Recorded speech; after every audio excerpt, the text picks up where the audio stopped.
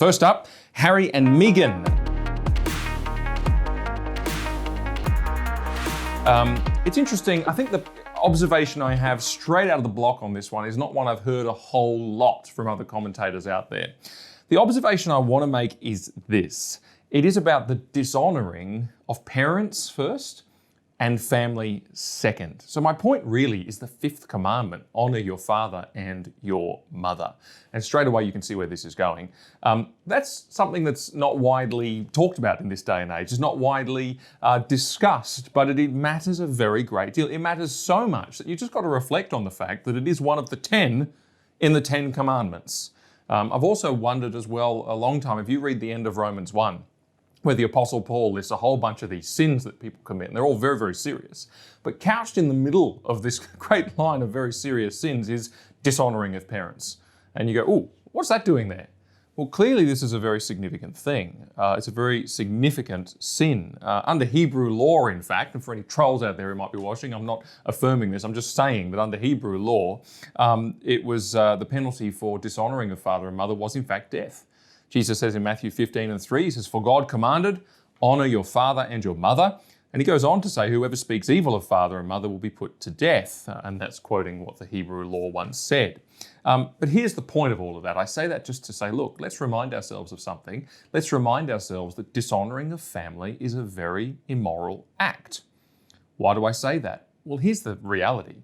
Prince Harry has made a global spectacle of dishonoring his family. He's not only spoken evil of them himself, including his father, who he blames for inflicting great pain on Archie, but he's also sat back and probably, it seems, promoted, gone along with, encouraged his wife to do far, far worse.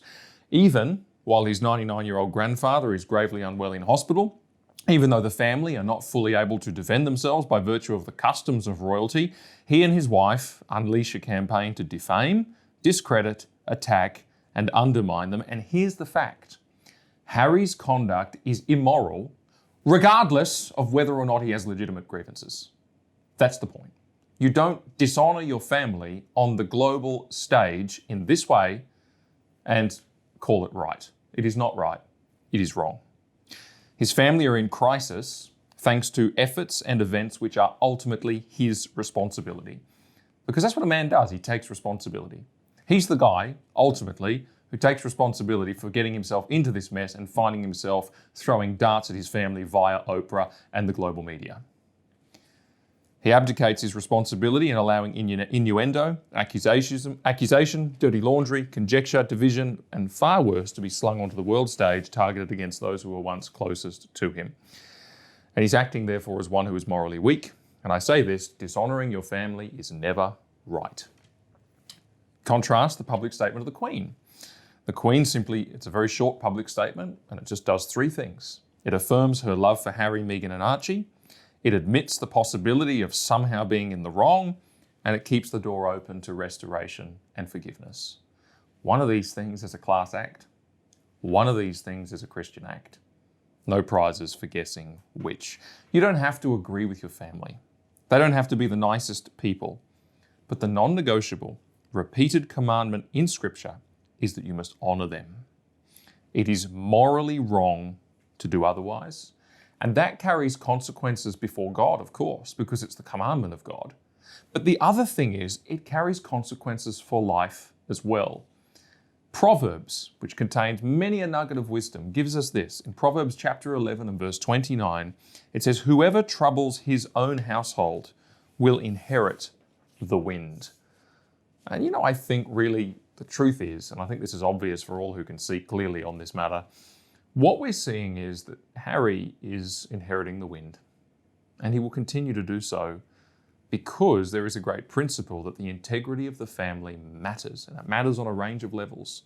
It matters to society. We know that. So many of society's ills would be solved or largely solved or mitigated through family strength and through family integrity. But it doesn't just matter for society. It matters to God. That's why he has said it. That's why he designed family. But it also matters to your life. And it's a great principle of wisdom. You dishonor your family at your peril, and you honor your family for your blessing. That's why God made these rules, And that is why Proverbs says what it says. So that's my first thought about the Harry and Meghan scenario. My second thought is something about victim mentality. My second thought is, I was in a conversation actually just the other day, and 4 unlikely names came up together. And I'm going to pair them together, put them in 2 pairs, and you'll see my point. Prince Harry, Nick Vujicic. Meghan Markle, Johnny Eriksson-Tada. Those are name pairings that could not represent more profound differences of circumstance and outlook. Nick and Johnny were dealt the most difficult hands possible in any life. Most of you, I think, will know them. Those of you who don't, Johnny Eriksson-Tada is a woman, I think she's now about 70, and she became a quadriplegic as a teenager from the neck down, completely paralysed, and has been all through her life after a diving accident. Nick Vujicic, he was born in Australia. He's a Christian evangelist and motivational speaker that travels the world. He has no arms and no legs. He's the guy he's got like, I think a foot. I think that's about it. And he gets around with no arms and no legs and sort of shuffles around as a little torso. And it's amazing to see, actually. These 2 people are massively deprived in the sense of being born with profound or suffering with profound physical disabilities. Contrast that. Harry is dealt one of the most privileged hands possible in any life. He's a literal prince.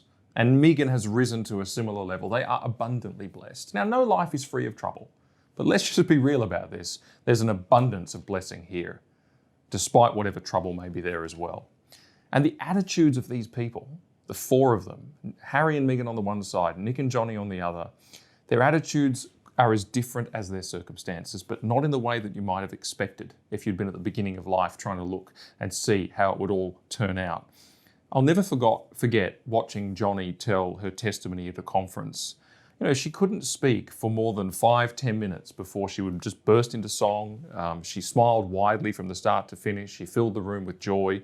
It was amazing. And at the beginning of this of her talk, she told of her days some 50 years ago, shortly after her accident, immobilized, bedridden, dreaming that she was at the pool of Siloam, which is described in the New Testament as a place of healing. She was so broken, she was so desperate, and she cried out to God to be healed.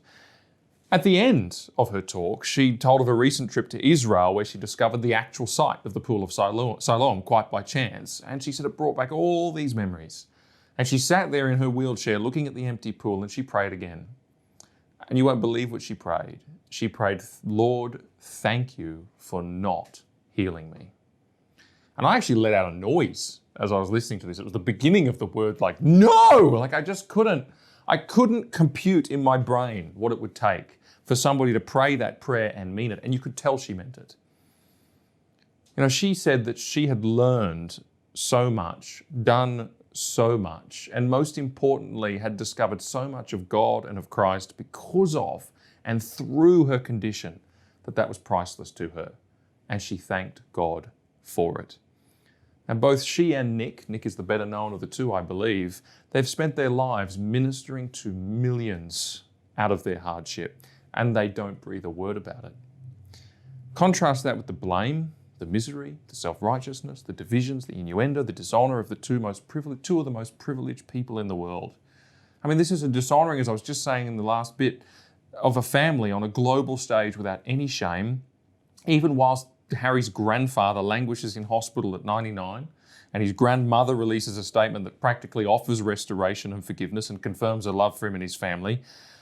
In this, I just think these names, which came up in this conversation, it hit me like a freight train. I thought to myself, you know what? This is what a cancer victim mentality really is.